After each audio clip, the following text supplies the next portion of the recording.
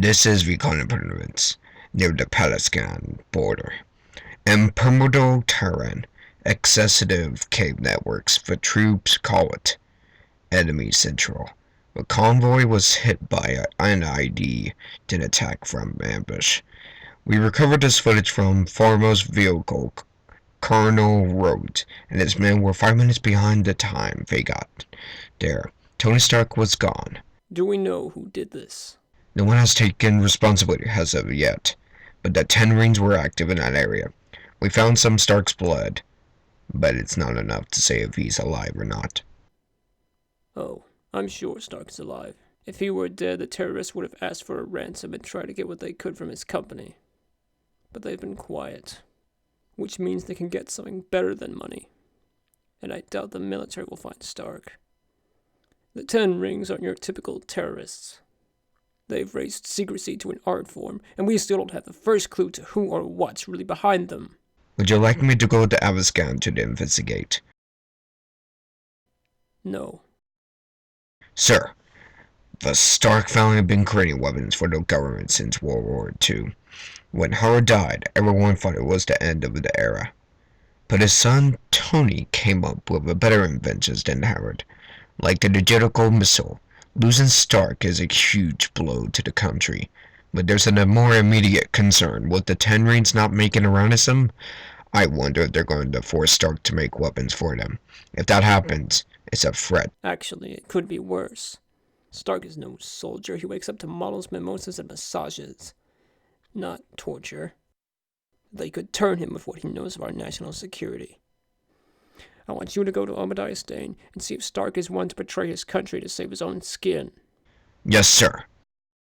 Tony has always been a man who makes his own rules, like his father. Everyone thought Howard was crazy after he died. It meant leaving the company to a minor, but Tony surprised us all. He has a way of doing that. I am sure that's true, Mr. Stan. But we're talking about terrorists. I'm not just going to be frank about the risks. No. You want to find out if Tony can tell them about our defenses. The answer is not much, as he likes the challenge of inventing things. But from as far as he's done with them, he's content to leave that to the trust of others, like myself or Colonel Rhodes. Would you like a drink? No, thank you. Look, if they wanted the security code to the Playboy Mansion when Tony would deliver it, the codes of our surveillance satellites, not so much. Now, if you excuse me, I have to prepare for the company. For the worst. It sounds like Stark is focused on his own work, which still makes him far too dangerous. I think it would be best if I were to go to the Gaveston. No. Our time is better spent looking into Stark's financials and his life, anticipating what he might give them. If the military can't find them, like I suspect, Stark is on his own.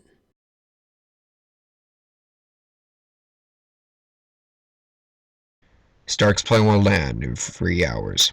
Do you want a full debrief? If it's possible, but don't rush him too hard yet. What I want to know is a sense of what side he's on without setting off the alarm. But most importantly, I want to know Stark's connection to this object seen flying out of the cave. Someone was detected at California. Here's the video feed. Maybe it's a suit. Said Will. Show me the video of the 10 Rings cave explosion and zoom into that strange object. I can't be sure, but it's possible that it's Stark in a suit. Coulson is watching over Stark currently. I'll contact him to see if there's any connection between the two. Agent Blake, you go investigate Stark's financials with Agent May. Hello? Stark will die in 72 hours. Alright, people, who's got answers for me? Director Fury, sir, please, come with me.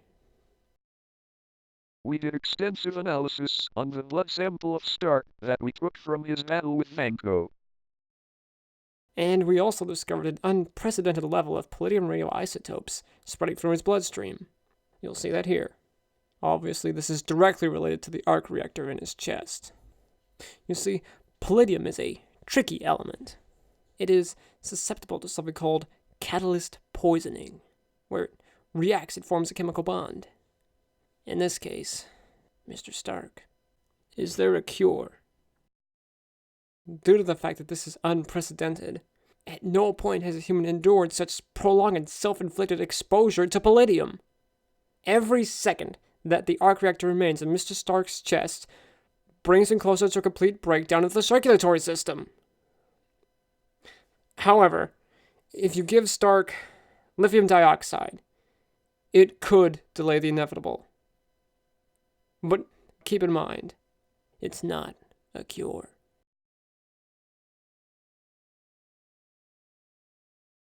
I was a friend of Howard Stark. If my memory serves me correctly, Howard told me that the perfect element for the reactor may not be able to be made for several years. Due to a lack of technology, Howard made a video for Tony and put it in this case so he could find the perfect element when he reached adulthood, when the technology was superior. Tony could still save himself.